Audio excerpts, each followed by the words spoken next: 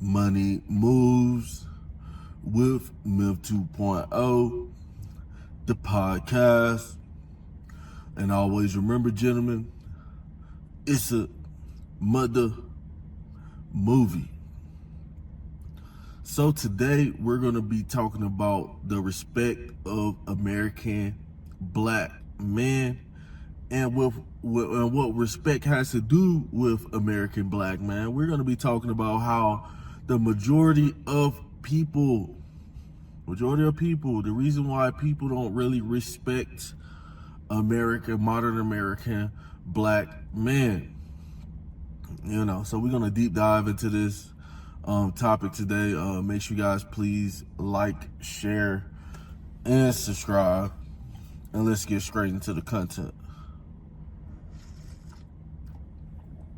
So a lot of guys will be like, probably hear that message at the beginning of the video and be like, what you mean they don't respect us? I mean exactly what I say. That you are looked up upon as not a person that can provide effectively. So a lot of ladies of a lot of other different races, you guys have seen it, where when you go in that store, people think you're going to steal. And there's this percentage of guys who's out there is stealing, and they think you're gonna people when you're walking down the street, people think you're gonna hit them across the head, or you might argue your temper. They say a lot of us don't know how to control our tempers. So So guys will understand what I'm saying. So when you think of a white male, white man, and you compare him and what comes to your mind, even I hear a lot of American black people say this. They be like, they got money, it's like nothing but respectable things. Like, what I'm saying, got nice cars. Usually they be a boss or a foreman on some type of construction site. They're very family oriented and stuff like that. You see, a lot of us, we have got to the point where we think fear, that just because somebody fears you, if somebody fears you, it means they don't respect you. They only fear you, so they're going to show a form of respect. Somebody who fears you cannot show you who they truly are and how they truly feel of you. But what I seen, like when we go to white communities, when we go to Latino communities, their homes are kind of well put together. Especially a lot of times their homes are more well put together other than when you're in a black community. I was looking at a video yesterday of houses in Louisiana, and every time you're in a black community, you see all these abandoned houses from when our great uncles built. Our granddaddies, great granddaddies built these houses, and none of the modern American new black man, a lot of guys, you guys are not adding anything of value to these properties. That's why we see so many abandoned houses. We see so many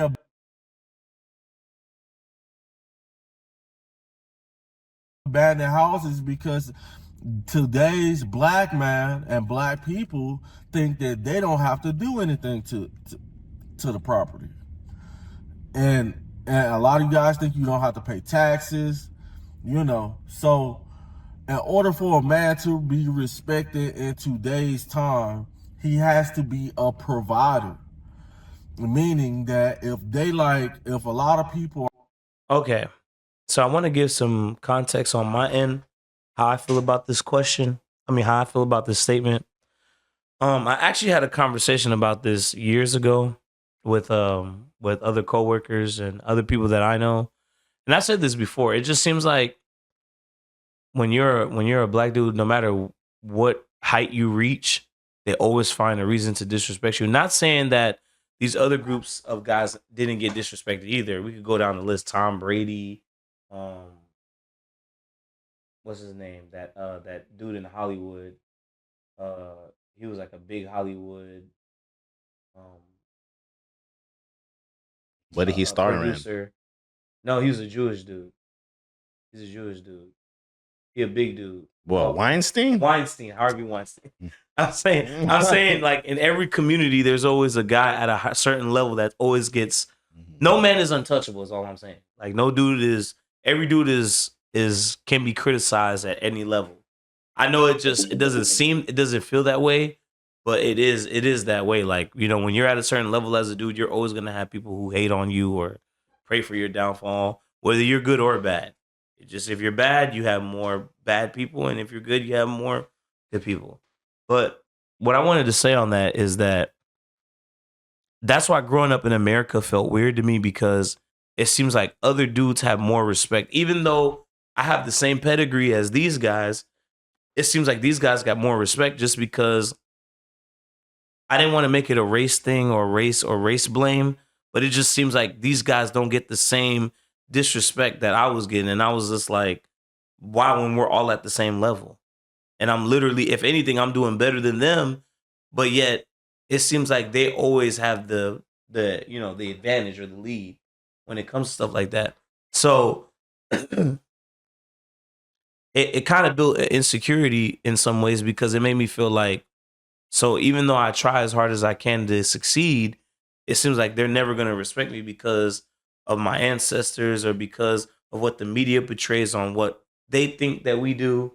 Mm-hmm. Like, oh, y'all a bunch of, whatevers and no good for nothing. Y'all only play sports and do music. You know what I'm saying? Like, it made me not want to go into other fields because I felt like even if I go into this field, they're not going to respect me the same way. So why even bother? You know what I'm saying? So it's kind of like now I just do the things that I love because life is short. You don't have time to be worried about what somebody thinks about you and all that other stuff. If you want to be a doctor, be a doctor. You want to be an engineer, be an engineer. But I feel like I'm going to do what I want to do, even though it may stereotype me. Like when they're like, oh, I wanted to go into boxing. They're like, of course, you guys are always wanting to be athletes. But it's just like, that was a part of who I was, though. I played sports all the time. It calms down my mind. And I realize I'm a very active person on top of that. Like when I mean by active, like I just always got to be moving. If I'm not moving, I get tired, sleepy, or I get bored, or I zone out. I need something that keeps me active, keep me moving. Even if I'm just driving a car, flying a plane, something that can keep my mind, keep my attention, And I just feel like when you deviate away from the stereotype, they make it harder for you to earn those positions in a way. It's weird. Unless it's like, some like a position of service. Like customer service, they ain't got no problem with that. But if I want to be a lead somewhere, they're gonna make me go through hell just to get close to that position. So in a ways it motivated me to think outside the box, to try other stuff where I feel like my skin tone won't be the reflection of that. It won't matter because I just, I'm in an avenue where it doesn't feel, what's the word? Stereotyped already, Mm-hmm. So all in all, I'm saying that in USA specifically, because I don't know what it's like to live in Canada or, the sister countries and stuff like that. Just being in USA, I realized that had I had grown up in another country like Kenya or Uganda or somewhere like that, I felt like I would be a high class. I would be somewhere in the upper class. I would be somewhere way higher, and I would be more respected in that sense because everybody looks like me. At that point, now they're judging me off my mind and not what I look like. See, I could have the mind here in the US. You could have the mind, but they won't give you the position because they don't want you to be the. There's been evidence of this. They won't let certain black men be CEOs because they don't want a black man to represent their company because, like he was talking about, other groups have a positive stereotype. So when you see a white man's face as a CEO, you're like, oh, the company's in good hands. Yet it could be in complete Disarray. Disarray, dump fire. But because it looks good on the outside, people overlook what's going on the inside. So it kind of makes me feel like, why would I want to achieve in a society that looks at me that way? And I can see why these guys like, you're not going to give me the position, then I'll just burn it. I'll just go rob everybody and go do this and steal, and because I got to eat too, and my daughter needs some shoes, and it shouldn't be like that. I don't think it's right. And do I think it'll be fixed anytime soon? Maybe. But I know they're gonna be like, whoa, what about Kobe? What about LeBron James? What about these are athletes and these are supreme these dudes are like the top of the top 1% dudes. That is not Kobe's are not the average black dude. And like I said, when other races are accepting of exceptional people from our group, it's only because of that. It's only because of that talent or the appearance, whatever it is that draws people from all groups in. Mm-hmm. That's the only reason. Like I said, they'll be like, "Oh, we like you, but we don't like your family." You see what I'm saying? Like, for instance, I had a neighbor. She has a brother who's light skinned and green eyes. She's completely dark skinned, and they were in Kentucky. I don't need to tell you that. Obviously, growing up in those times in the 80s, and I'm sure it was pretty bad. And she told me that it made her cry, but after a high school event or something like that they went to, I guess the family they were friends with, that the brother was friends with, they were having a party, and it was white people. They let the brother come over, the brother with the light skin and the green eyes come over, but she couldn't. Mind you, she was an A student. She had everything that the brother had. If anything, she was more educated than the brother. She was more educated than her own brother. But they didn't let her into the house. They didn't let her on the property. And that sent her home crying because she was like, why you won't accept me when y'all accepted my brother? Because they only accepted your brother because he's light skinned and green eyes. Had he had been dark skinned, they probably would have told him no too. Well, they're going to be like, well, that's not a race thing. That's a color. No, that is a race thing. Because like I said, the only time they give big ups to black people is when it's somebody they find exceptional. And it shouldn't be like that. That's wrong. That's wrong on all levels.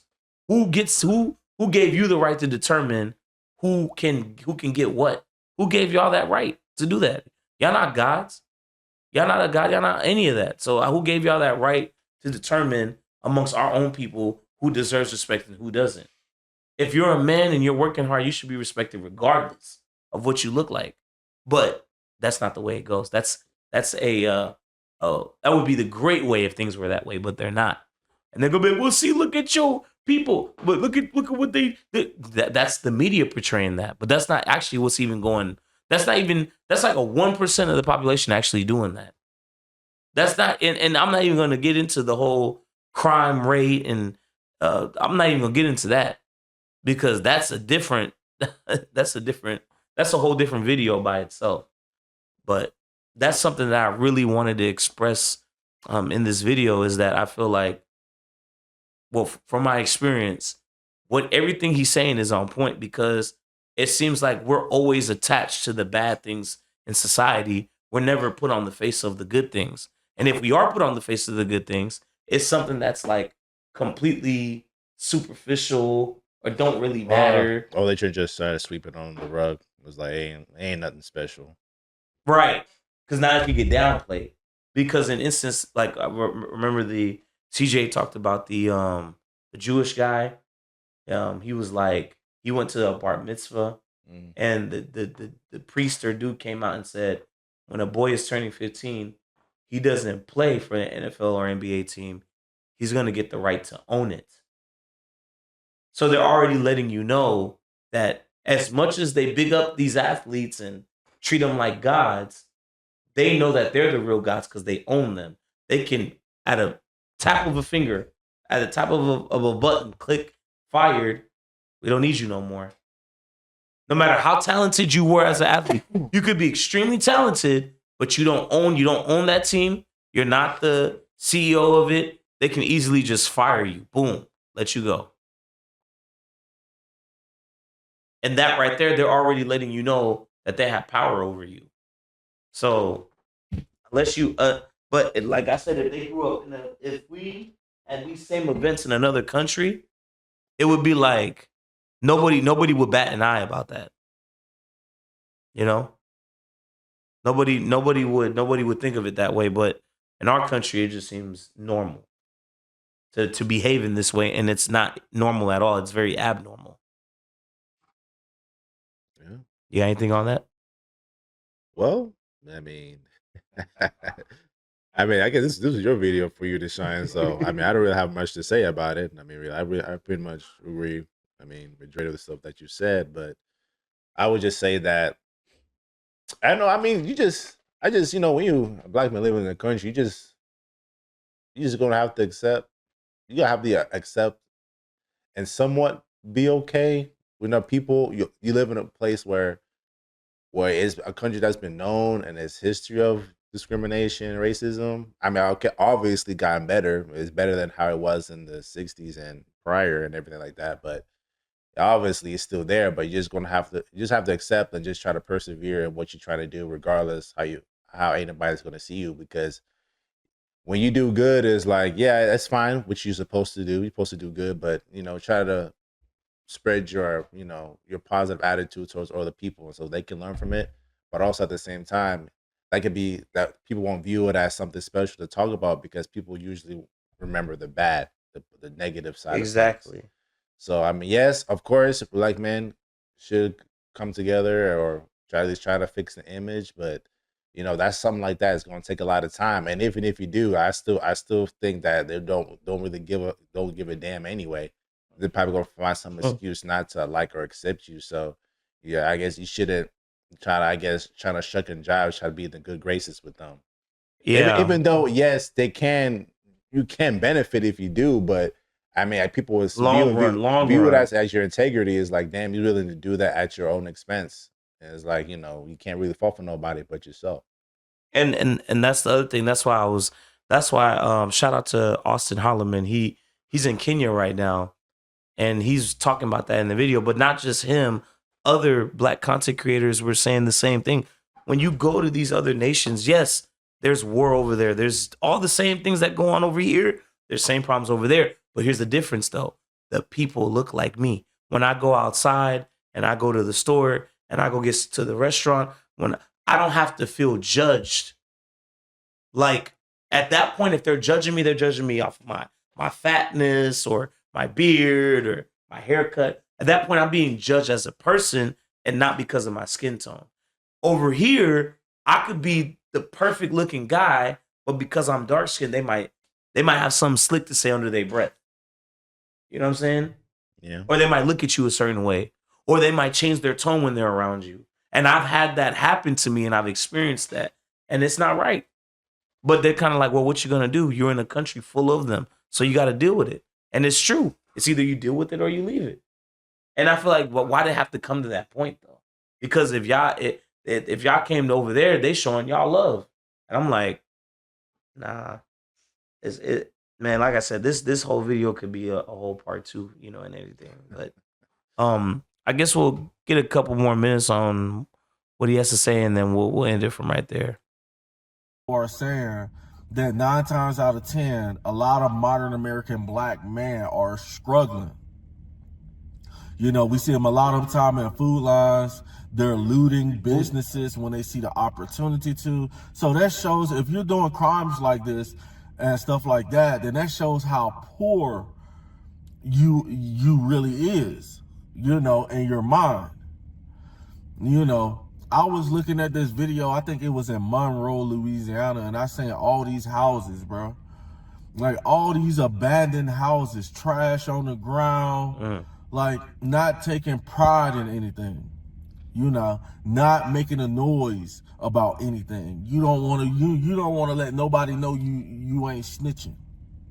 You know, but how can you get beautiful women and nice families in your communities? You're going to continue to get trash modern day black women who say you're dusty, you don't do this, you don't do that. And I don't like to call my brothers dusty or nothing like that, but the majority of you guys who stay in these black communities and they got all these cheap, especially like Indiana. Um, um, Yeah. I know I think he has another point he's gonna make, but like I said, we're gonna cut it short right here.